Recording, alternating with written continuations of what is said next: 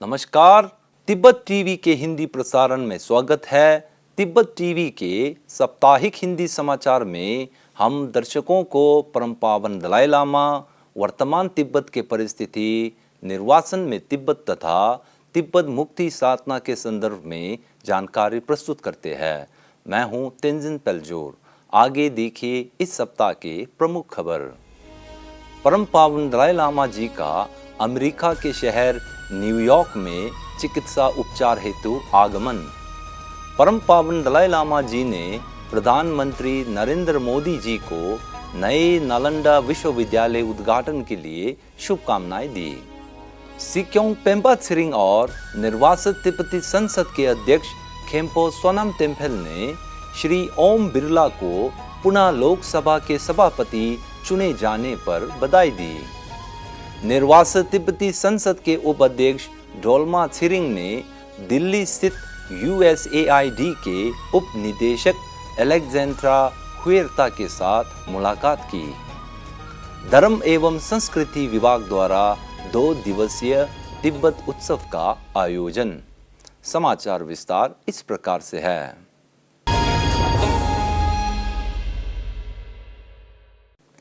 गत 21 जून 2024 को परम पावन दलाई लामा जी धर्मशाला हिमाचल प्रदेश से संयुक्त राज्य अमेरिका के लिए घुटनों की चिकित्सा उपचार हेतु प्रस्थान हुआ था।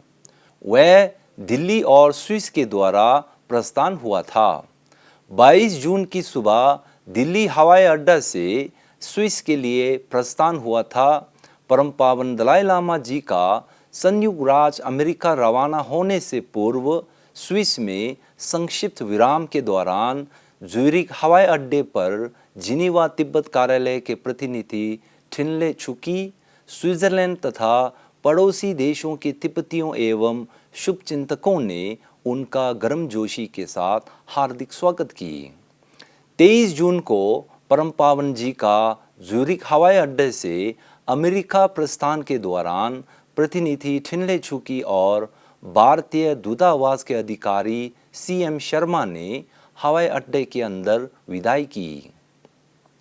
23 जून की सुबह परम पावन दलाई लामा जी का न्यू जर्सी हवाई अड्डे आगमन पर वाशिंगटन तिब्बत कार्यालय के प्रतिनिधि नामग्याल छोटुप और अन्य अधिकारियों ने हार्दिक स्वागत की।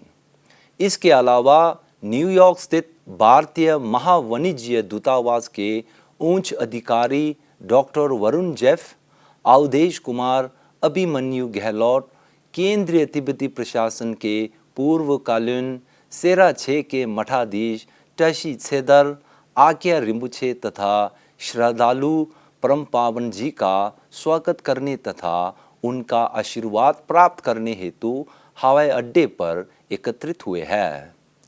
हवाई अड्डे से लेकर पार्क हायट होटल तक की सड़कें पर तिब्बतियों, शुभचिंतकों तथा श्रद्धालुओं ने पारंपरिक खताक प्ले कार्ड पर सद्भावना संदेश तथा द्वीप लेते हुए परम पावन जी का अभिनंदन एवं स्वागत की।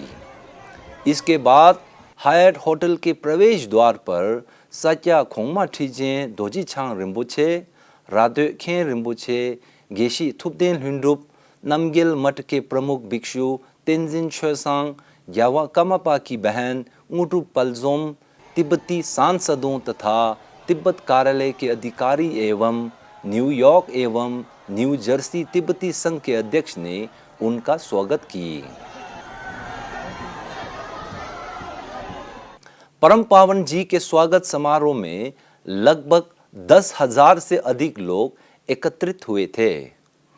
आज विश्व भर में रह रहे तिब्बती समुदाय परम पावन दलाई लामा जी के अच्छे स्वस्थ और घुटने की सर्जरी के चिकित्सा उपचार हेतु सफलता की प्रार्थना एवं कामना कर रहे हैं। परम पावन दलाई लामा जी ने भारत के प्रधानमंत्री श्री नरेंद्र मोदी जी द्वारा बिहार के राजगीर में नए नालंदा विश्वविद्यालय के परिसर की उद्घाटन के उपलक्ष्य में एक पत्र लिखा है। अपने संदेश में परम पावन जी ने कहा कि एक अध्ययन केंद्र के रूप में मूल नालंदा विश्वविद्यालय पूर्व में सूर्य की तरह चमकता था। नालंदा में कठोर अध्ययन, चर्चा और वाद विवाद पर आधारित शिक्षा का विकास हुआ है और एशिया भर से दूर दूर के छात्र यहाँ आते थे। दर्शन शास्त्र, विज्ञान, गणित और चिकित्सा के अलावा उन्होंने अहिंसा और करुणा की सदियों पुरानी भारतीय परंपराओं के बारे में भी सीखा, जो आज की दुनिया में न केवल प्रासंगिक है बल्कि आवश्यक भी है। 27 जून 2024 को केंद्रीय तिब्बती प्रशासन के सिक्योंग पेम्पा छिरिंग और निर्वासित तिब्बती संसद के अध्यक्ष खेम्पो सोनम तेनफेल ने एक पत्र लिखकर लोकसभा अध्यक्ष श्री ओम बिरला को पुनः लोकसभा सभापति चुने जाने पर बधाई दी है। अपने संदेश में उन्होंने केंद्रीय तिब्बती प्रशासन और तिब्बती लोगों की ओर से उन्हें दोबारा लोकसभा अध्यक्ष चुनने पर शुभकामनाएं दी।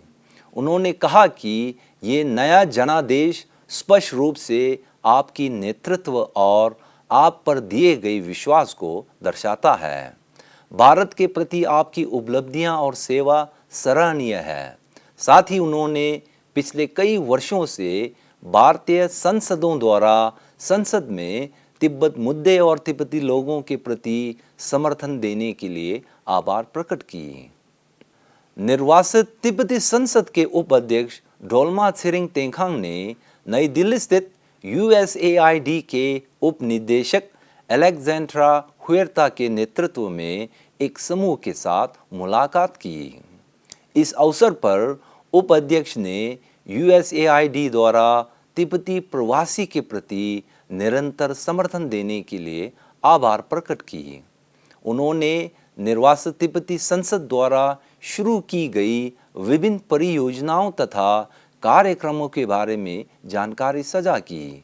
साथ ही उन्होंने अमेरिका कांग्रेस द्वारा हाल ही में पारित किए गए तिब्बत समाधान अधिनियम पर जोर देते हुए कहा कि इससे चीन के दुष्प्रचार अभियान का सामना करने में बल मिलेगा। केंद्रीय तिब्बती प्रशासन के धर्म एवं संस्कृति विभाग ने धर्मशाला स्थित थेक्चेन छोइलिंग चुगलाखांग मठ में तिब्बती कला एवं शिल्प की समृद्ध का प्रदर्शन करने हेतु 2 दिवसीय तिब्बत महोत्सव का आयोजन किया गया था। इस महोत्सव का उद्घाटन नमगिल मठ के मठाधीश थुमतोक रिम्पोछे ने की। महोत्सव में 19 विभिन्न व्यक्तियों और संगठनों द्वारा तिब्बती पारंपरिक और आधुनिक कलाओं की प्रदर्शनी की गई थी। स्टॉलों पर थंका पेंटिंग, पारंपरिक तिब्बती पोशाक, पत्थर शिल्प, संगीत, वाद्य यंत्र और रेत मंडाला कृतियां प्रदर्शित की गई थी। इस महोत्सव का मुख्य उद्देश्य आम जनता के भीतर तिब्बती कला एवं शिल्प का प्रचार तथा कलाकारों एवं शिल्पकारों को अपना काम प्रदर्शित करने हेतु एक मंच प्रदान करना है।